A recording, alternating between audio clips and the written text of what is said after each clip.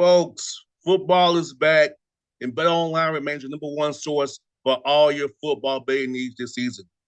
You'll find latest odds, matchup info, player news, and game trends. As your continued source for all sports wagering info, BetOnline features live betting, free contests, live scores, and giveaways all season long.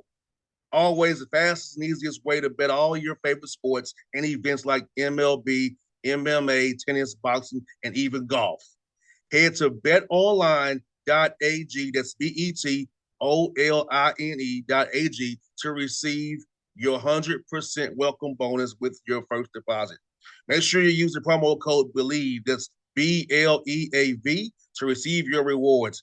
BetOnline, where the game starts, and also BetOnline sponsors the Bossman Show on your radio.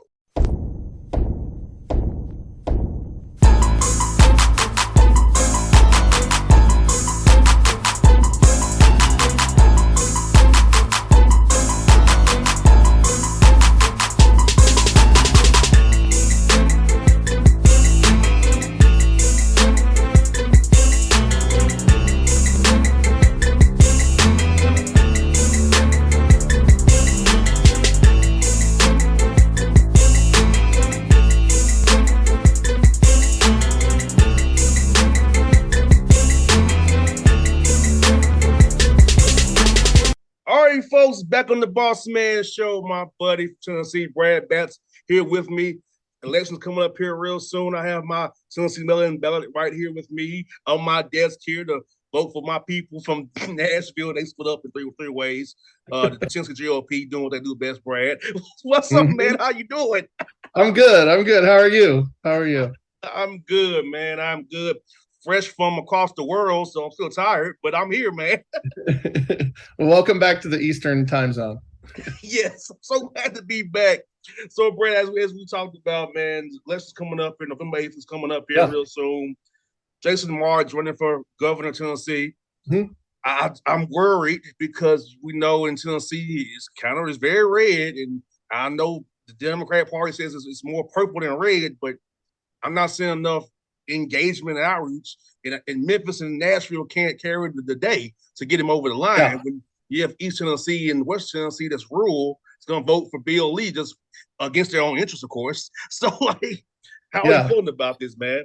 I hope not. Well, last week, a nonpartisan poll came out that put the governor's race in Tennessee within 5 points. So as Bill Lee at 45 and Jason Martin at 40%, which is striking distance. So I'm hopeful, but you're right. Bill Lee isn't trying to engage. He refuses to debate. He doesn't want to run any campaign. He just wants to spew the same old tired political rhetoric that we've heard from top down. And he just kind of gets his marching orders and repeats the same talking points that we hear across the country. And I see a lot of Republicans doing this, especially in Tennessee. None of them want to debate. None of them want to have an honest conversation. They've gerrymandered the state so much that the people that are in the GOP, especially in the state legislature, are radicals. And they're corrupt too.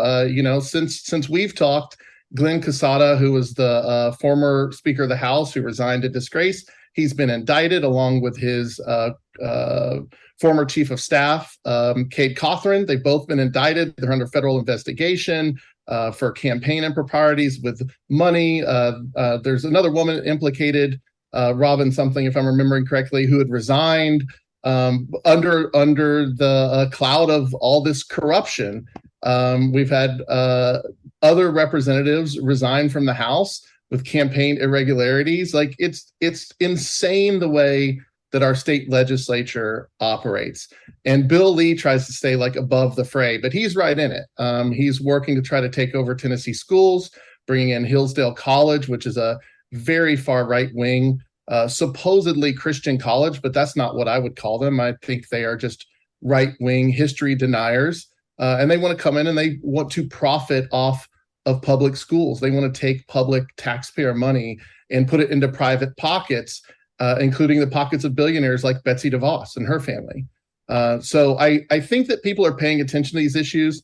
Bill Lee sat on a stage with Larry Arnn from Hillsdale College while Larry said that teachers come from the dumbest parts of the dumbest colleges. And let me tell you, teachers were not happy to hear that statement, and then to hear Bill Lee not even dispute it. He tried to put some distance from himself in the statement, but he's still advocating for this guy who says teachers come from the dumbest parts of the dumbest colleges to take over Tennessee schools. So I think some of those things, people are paying attention. And I hope everyone across Tennessee is paying attention, from Memphis to Mountain City. And Jason Martin's been out here to Johnson City several times. I see him on social media at different events all the time. So he's getting out there. I hope the word is being spread. And today's the last day to register to vote. And then I think we have like 27 days to election. So we'll see what happens.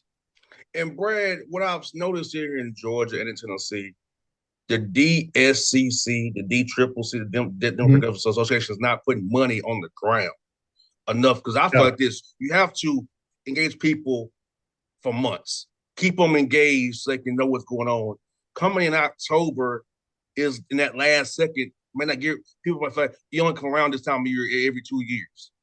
So I feel like national Democrats in DC, consultants in DC and LA and New York don't look at the South as a way to win. You have to actually compete down here in the South to change these legislatures, to codify a role and save schools, and not let them conservatively be fiscally conservative when it benefits them, have surplus like that we have in Georgia, Arkansas, and Tennessee. It's like, I feel like it starts from that national and all the way down for us, putting money on the ground to help us engage and get people out to the polls. Yeah, I mean, it starts at the local level, I think. I think the strategy has been to write off certain districts or certain areas or certain states, and that's a terrible strategy. I think we should run campaigns in a party that addresses every single county in Tennessee. I think that's what the Tennessee State Party is trying to do. In politics, people have an idea of how it works, but a lot of it is local engagement, local county parties, people deciding they're fed up. So they say, I'm going to run for school board, or I'm going to run for a city commission, and make a difference. And a lot of it is on your own, and you're figuring out. In national politics, is just a different animal. And I wish people would understand that here in Washington County in East Tennessee, we have issues that are local to Washington County, Tennessee. This isn't about Nancy Pelosi and Chuck Schumer or Trump. It's about East Tennessee. It's about people being able to afford to live their lives, being able to afford rent. We have housing prices increasing, rent prices increasing. We have people that can't get health care. They can't afford it. Our state legislature refuses to expand Medicaid. Like all these things, if you get sick and need to see a doctor, that no one asks you if you're Republican or Democrat. I mean, these are things that affect all of us. If your kids are in public school, you don't go into third grade and they say, okay, well, red's on this side, blue's on this side. Like, that's not how it works. We all need to read. We need to learn. We need to get educated. We need to have opportunity. People need to make a fair wage. They should be able to see a doctor if they get sick. I mean, these are common issues, but at the national level, we're so divided and polarized. And I hate that there's too many politicians, I think, that try to stoke that fire rather than put it out and say, look, we've got some really fundamental issues that we've got to address so that we can all be better off and stop this just complete partisan, just hyper partisan rhetoric at the national level. It's not helping us. Meanwhile, Tennesseans are suffering. No doubt, Brad. And, like in McKenzie, Tennessee, or Martin, Tennessee, up there, like, they got to travel 45 minutes for a hospital because the rural hospital closes, because they won't expand Medicaid. That's free money for the state of Tennessee. But because they look at it as helping the poor, they don't want to do it. Yeah, and it's such a misnomer. I mean, we lose, I think it's $5.5 million a day. It's $1 billion a year, and it's our tax money. We've paid this money in on our federal taxes, income taxes. We've paid it in. We're supposed to get it back to the states so that we can keep some of these hospitals open. Tennessee has one of the largest numbers of hospital closures over the last several years. We're number one in medical bankruptcies. GoFundMe isn't a replacement for healthcare. It's ridiculous that we're all living on the edge of, us or our spouse or someone in our family getting cancer and or some other debilitating disease. And then while you're dealing with that and dealing with the trauma of maybe losing a family member, maybe it's the income earner of your family, you're supposed to go on the internet and beg people for money on a GoFundMe. I mean, that's just, to me, that is horrific that we're doing that. And the reality is, even if you have great insurance, if the hospital in your town closes down because our supermajority Republican legislature refuses to expand Medicare, that hospital's closed. I mean, you can show up with a briefcase full of cash, like it's closed. And it's not just even hospitals closing, they reduce the trauma levels that a ER is able to accommodate. So depending on what your needs are, you might have to pass by 2 or 3 hospitals if you're in an ambulance to get to somewhere where, oh, this is a level 1 trauma or level 2 that can take care of the issue. So it's certainly an issue that rural Tennesseans should care about, because that's who it's affecting mostly. It doesn't affect the big cities. We have to remember our rural communities. We all go to the grocery store and we like to buy food, fresh food. Like, those are coming from farms. Those are coming from rural Tennessee. And, frankly, I think the Democrats could do a much better job of addressing and recapturing rural areas that used to be, I don't know how many years ago, but kind of used to be the bread and butter of the Democratic Party. And I think they feel like people have given up on them. And I think they're right. I think both parties have, and to some extent. But I see a lot of movement in the Democratic Party in rural organizing that I'm really hopeful that things are going to change in the near future. And here in Georgia, Brad, it's very key. We have 159 counties here in Georgia. You got to go beyond Fulton County, Douglas, all the counties around Atlanta, because 159 counties that engage those rural voters, rather being 80-20, is 60-40 now. And that eventually, with statewide, it helps you catch up, make up some ground. So you have to go out and engage all the counties here in Georgia. So I'm glad that Abrams and Warnock are doing that, because that is what you got to do here in Georgia. Tennessee has 95 counties in Tennessee. So you have to go from Mountain City to Memphis and just work it. And I know that I've talked to some people in different parts of Tennessee. They have 10 counties that they've highlighted, but I'm like, you need to do more than 10 counties. Don't give up on all them counties. Right. They have 10 they want to attack, but I say no, you should do all of them. And when you talk to people and when you show up, I see a lot of candidates online, when they go talk to and engage rural voters. First of all, they're excited that someone showed up. So that's the first step, is getting out and engaging with people. And then I think you can get past some of that rhetoric, that they hear from the media that they consume, and they realize, like, oh, this is a person standing in front of me. They're not this evil, what I have in my mind, what an evil Democrat is, or, whatever at the national level, that this rhetoric just, they're coming for your kids. They're trying to destroy your kids or turn them into this or that. Like, the level of rhetoric and the fear that they try to induce in people is really just shameful. Like, I know it's nothing new. We've been doing this for decades, but it feels like it's gone to a different level in the last 5, 6, 7 years, for sure. Brad, I'll tell you a story 4 years ago in Turner County, Georgia. I'm down here canvassing to help out. This lady said to me, "You're not bad for a colored guy." Oh, geez. It was 2018, Brad. I was like, really, ma'am? But okay.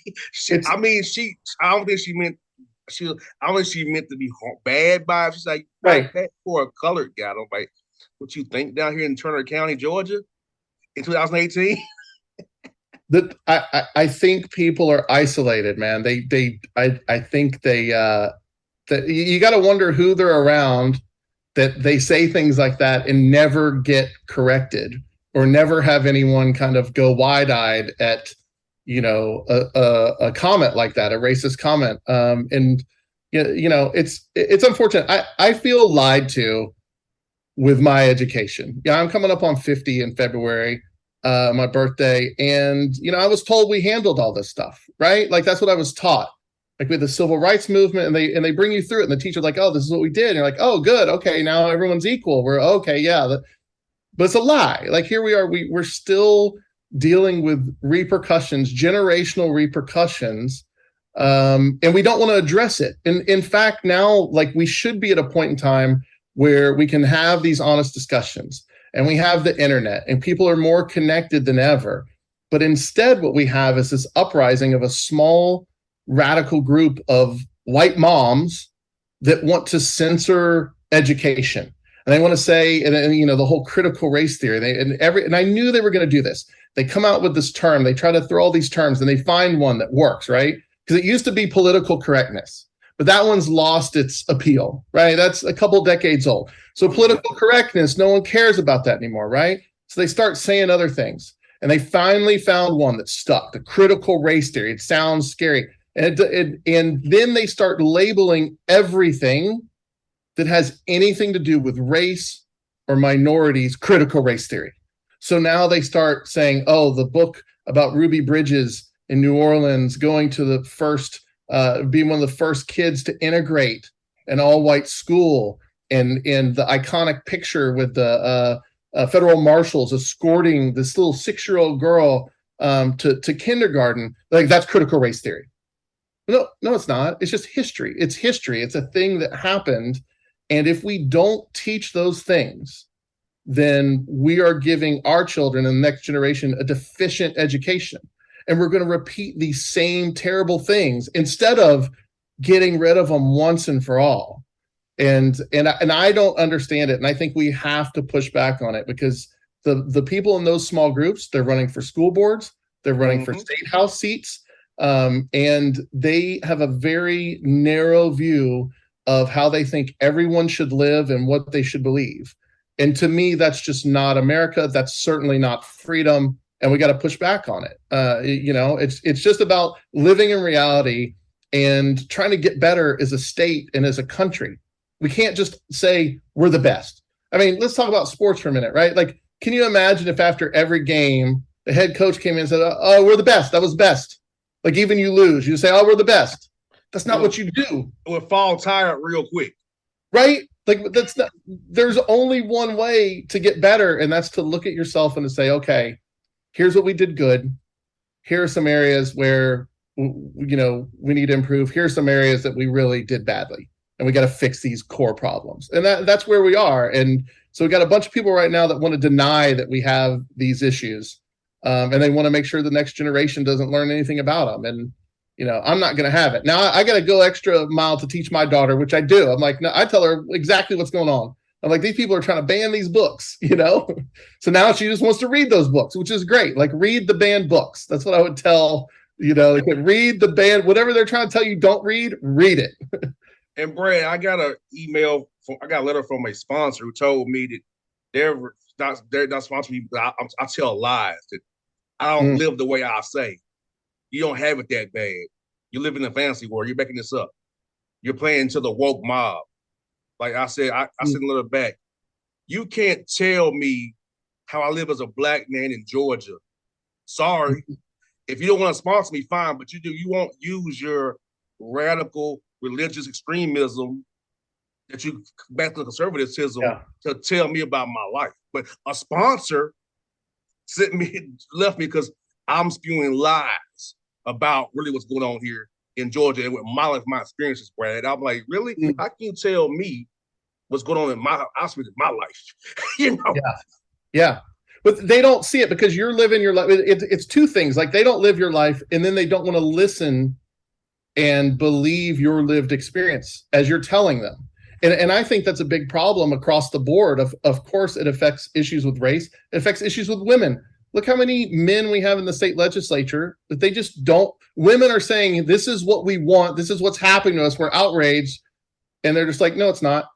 No, like they just are so dismissive of other people's voices that it's an incredible way to be. But especially if you're going to govern, if you're going to be a governor or a state representative, how can you represent people when you're not listening to what they're saying? Here's what's happened in my life, No doubt, Brad. And it's shameful that Princess, be honest, it's white men in the legislature telling women who can't get pregnant what to do with their bodies. Like, let's be honest about that. But they'll go pay for an abortion on the low, and then they want to get caught. Well, but nah, you can't tell it what to do with their body. I thought it was about freedoms in America, right? Yeah. But y'all could restrict their bodies, but yours not restricted. It comes down to not looking at people as people and not looking at them as equal. And that's our long history. That is our history, whether you like it or not. It's very plain to see. You can Google it, DuckDuckGo, whatever you want to do, get on it. It's all right there. It's easy to research. You don't have to be a history major or an expert, but we've got to acknowledge this. And it starts with listening to the people who are saying this is what's happening to us. Let me tell you one of the things I'm really excited about in Tennessee. I don't know if you're familiar with Justin Jones. I'm not, but I love everybody. Okay. He is a young man. He's in his late 20s. He was one of the leaders or the leader of protests at the state capitol in 2020 during a lot of the Black Lives Matters protests. He tried for months to try to meet with Governor Lee, to try to meet with representatives. He just got, denied. Glenn Casada, when he was speaker, just ignored him. He would be in there trying to talk to people and they just ignore him. They did these protests outside the state house. Instead of meeting with this young man, Bill Lee spent $1 million on state trooper overtime to have all these state troopers line up in front of the state legislature and pretend they're protecting something against a peaceful protest. Then these men went into the state legislature in the next session and passed a law making it a felony to camp outside because, they had some tents and some water and they're sitting outside. They're having a elongated, they're just being there. And so they quashed the protest because they passed this law saying it's a felony. Well, because no one wants to go to jail. No one wants to lose their voter rights, right? So that, the protests are dismissed. But Justin Jones won't go have it. And he ran for state office. He won his primary. He's in one of the few state Democratic strongholds in Tennessee. He will be in the state legislature in January. And this is such a success story. And so Governor Bill Lee wouldn't listen to this young man, wouldn't have a meeting with him. But now he's going to have to listen to him when he's on the state floor, at least a little bit, and I think that's what we need. The people that are out there that want change, run for office. Help someone run for office. It doesn't even have to be the state legislature. It could be school board, could be county commission. Find a board, a volunteer board in your city that you can make an impact on, or just help someone do that. And this is how we make change. And it's a hard, slow slog, I think. But I'm really excited to see what he does. He's going to be a great voice. He's been involved with Reverend Barber and the Poor People's Campaign. And I think he's going to bring a great voice to a lot of people who've been voiceless for too long. I requested that Billy on my show. I was told, Bill Lee, I want to talk to you. I said, he comes to my university, MLK Day, to fake like he really cares about Black people. TS I went to school at. Yeah. Come every day. Oh, MLK Day, you love Black people. You can't come on a Black show. And then crickets. They hate to be called racist, but they keep doing things that are it just exposes them. It exposes what they're doing. Let me tell you what I first heard about Justin Jones because about 6 years ago, he was in a diner speaking with my current rep at the time, Micah Van Huss, who's since been voted out.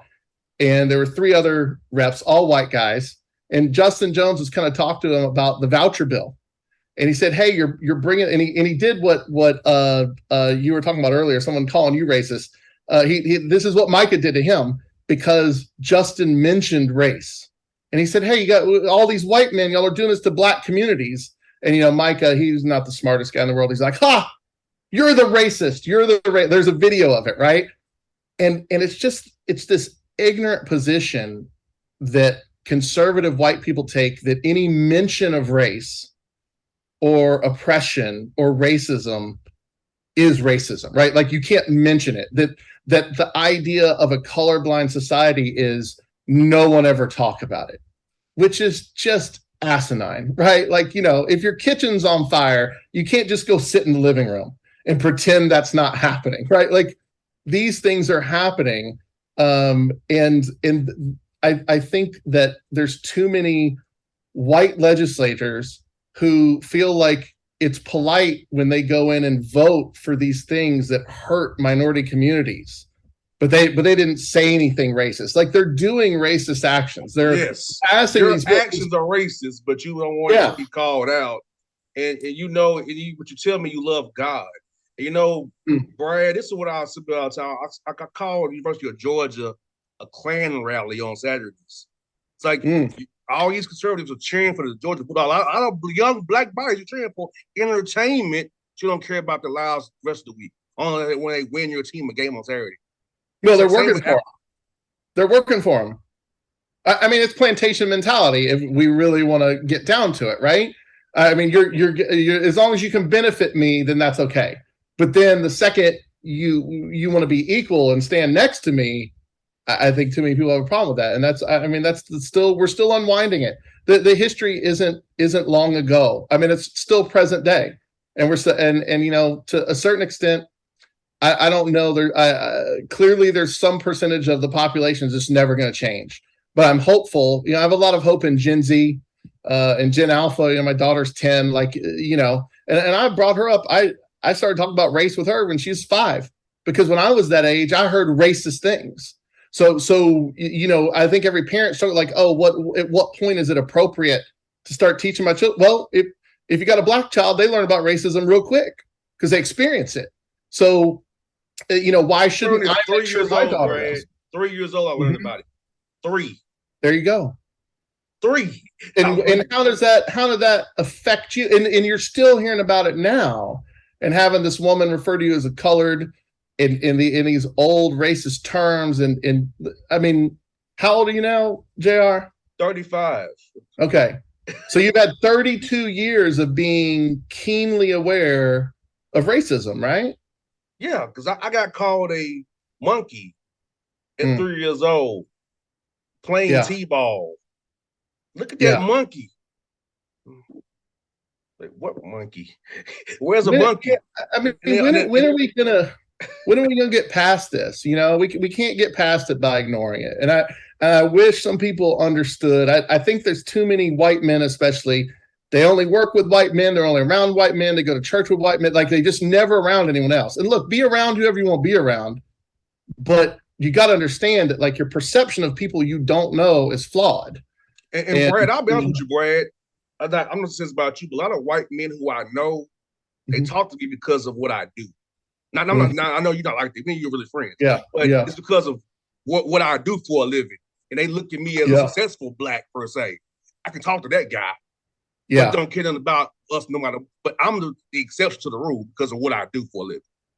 Yeah. And that's the part that annoys me. Like, I knew Clay Travis years ago. He was a sports dude. We don't talk anymore. No, I don't blame you. Because I knew early on what he was about.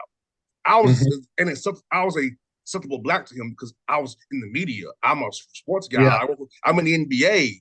I'm gonna get close to JR. No, I knew what you was about. So a lot of these white guys in sports who talk to me is trying to be my friends. Well, this is what you bring up a very good point, because you're talking about losing sponsors because of things on your show, but guys like Clay Travis don't. And there's been a melding of sports coverage and far right wing talking points. Like, it's shocking. It's shocking, like how, like, they're not just talking sports. They got to inject, race issues, anti-trans, Trump, like whatever. They're injecting all these right-wing politics into sports, and I think, and it's a lot of disinformation too.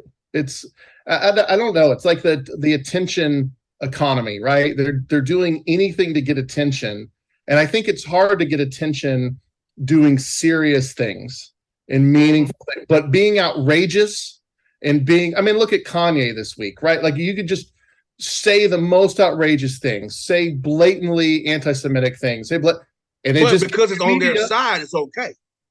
Right. because it's their view of the world. It's okay. But JR is saying reality, he's a racist. He's a radical leftist. He's a Marxist.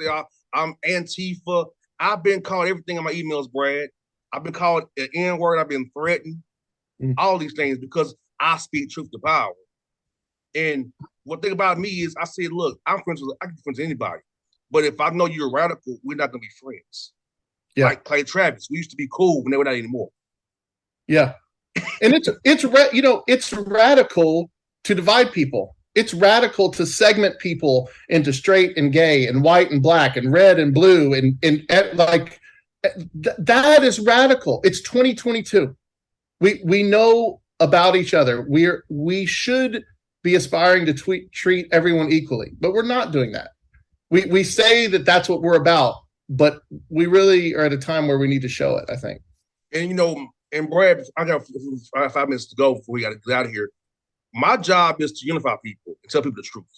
And if you don't want to sponsor this show, I don't care because I can get other sponsors too. But my job is to be truthful with my guests, truthful with the listeners, and be real with people. And the majority of people who know me know I'm very real and I'm not faking phony. Yeah. I'm a man of my word. So like when your sponsor tells me or a listener tells me, I'm just not like, you don't know me personally. So I'm like, you're expounding your radical views because I don't agree with you. So you want to call me out of my name, which is fine. I'm a big boy. I've been doing this 13 years, Brad. It don't bother me. I'm okay. Yeah.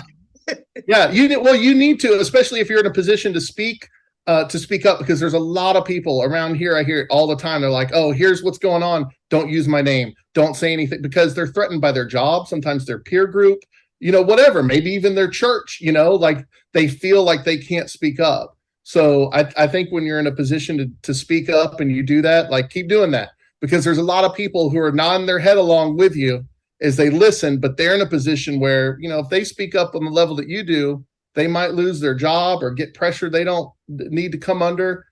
So I think it's real important to keep being who you are and speaking that truth to power. No doubt, Brad. Now, thank you so much for coming on the show, man. Love our chats, man. I wish we could do a little bit longer today, but I got to run this fundraiser for Reverend Warnock here. So yes, please do that. Please do that. I'm very hopeful. I think he's going to win, and it's going to be really good. And God, that we can do another 40 minutes on that race. But yeah. Yes, 100%. So, man, hey, you be safe, buddy. I'll see you soon, man. Thanks, JR. Take care, bud. All right, bye now.